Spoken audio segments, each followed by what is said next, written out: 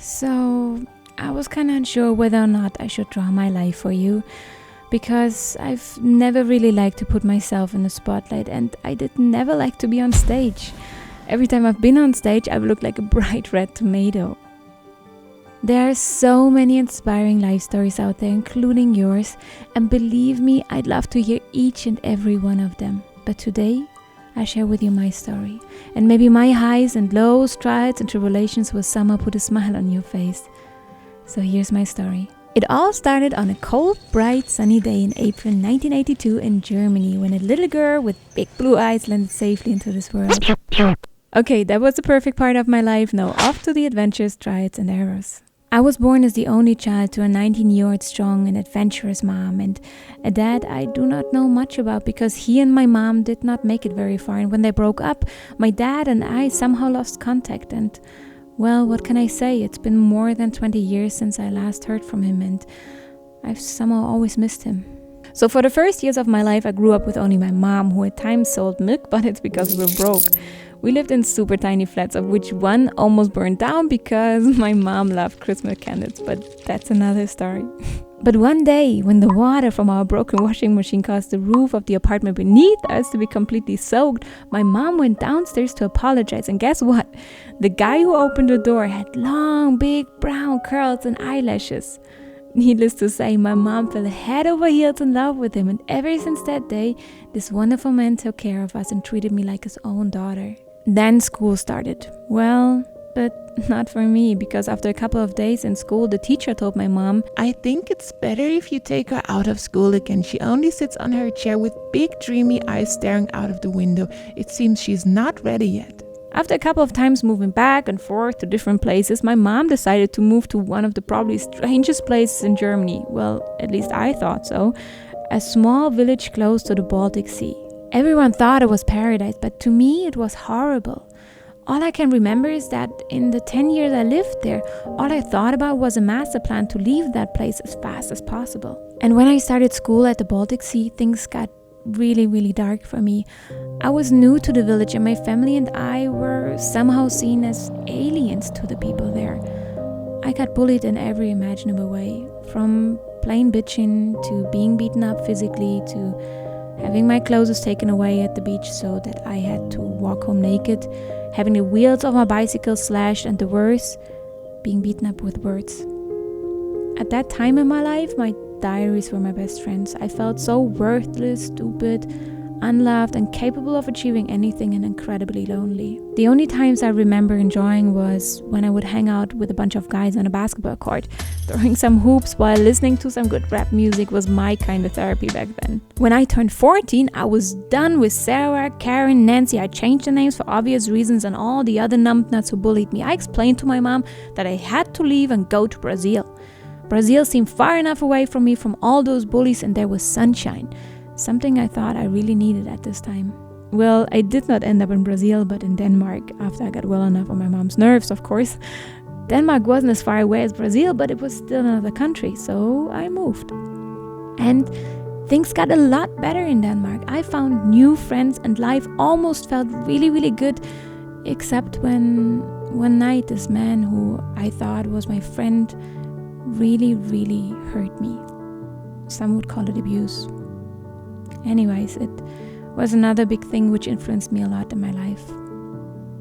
But I've always been an optimist, and so I decided to give myself another chance and change my first name.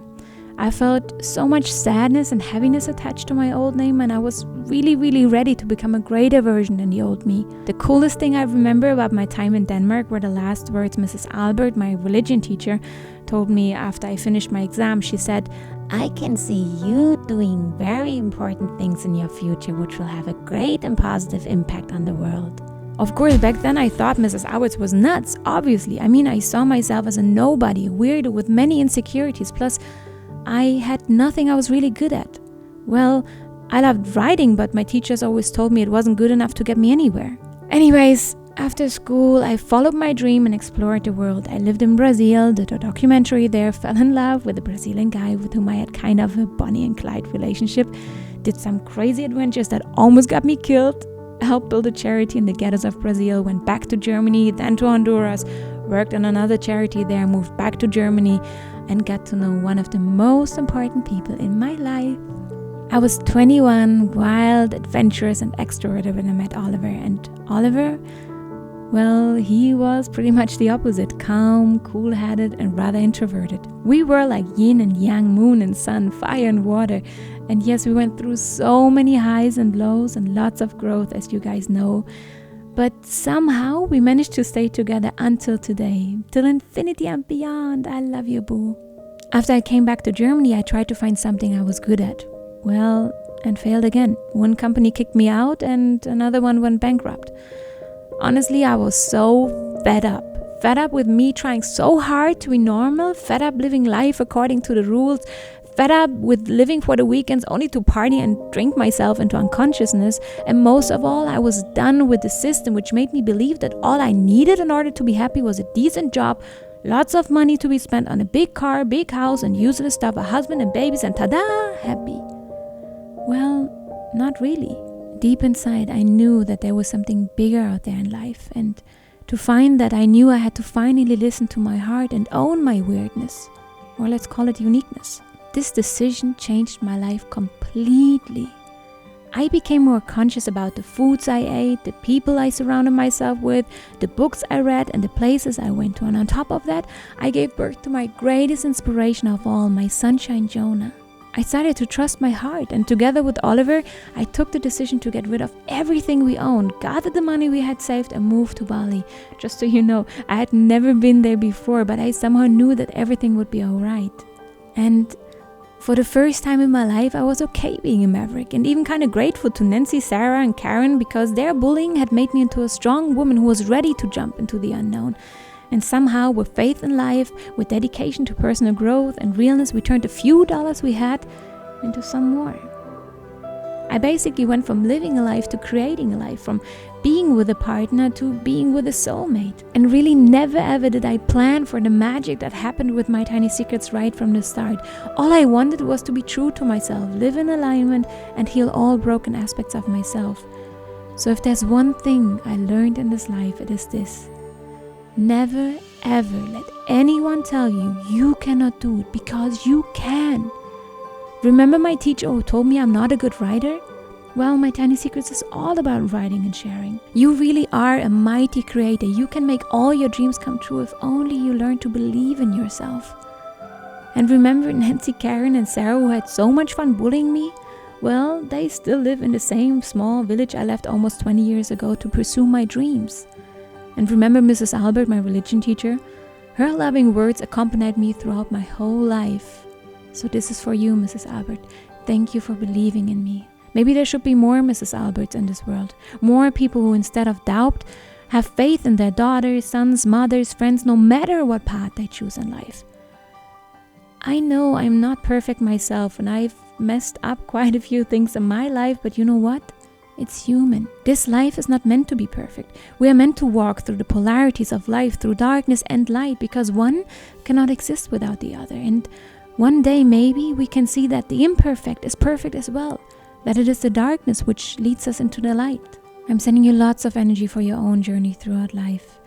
And if times are tough, don't forget to follow the soft voice of your heart. This is your soul, your true self. It will guide you.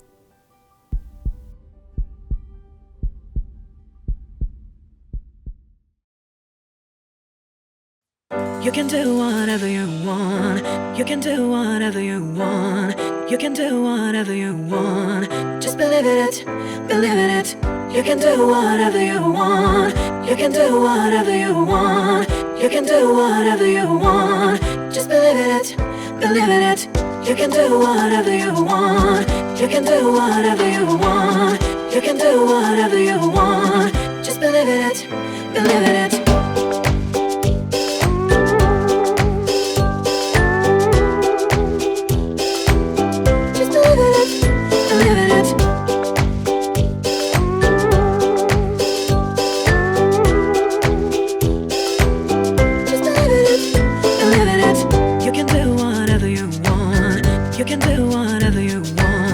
You can do whatever you want. Just believe it, believe it. You can do whatever you want. You can can do whatever you want. You can do whatever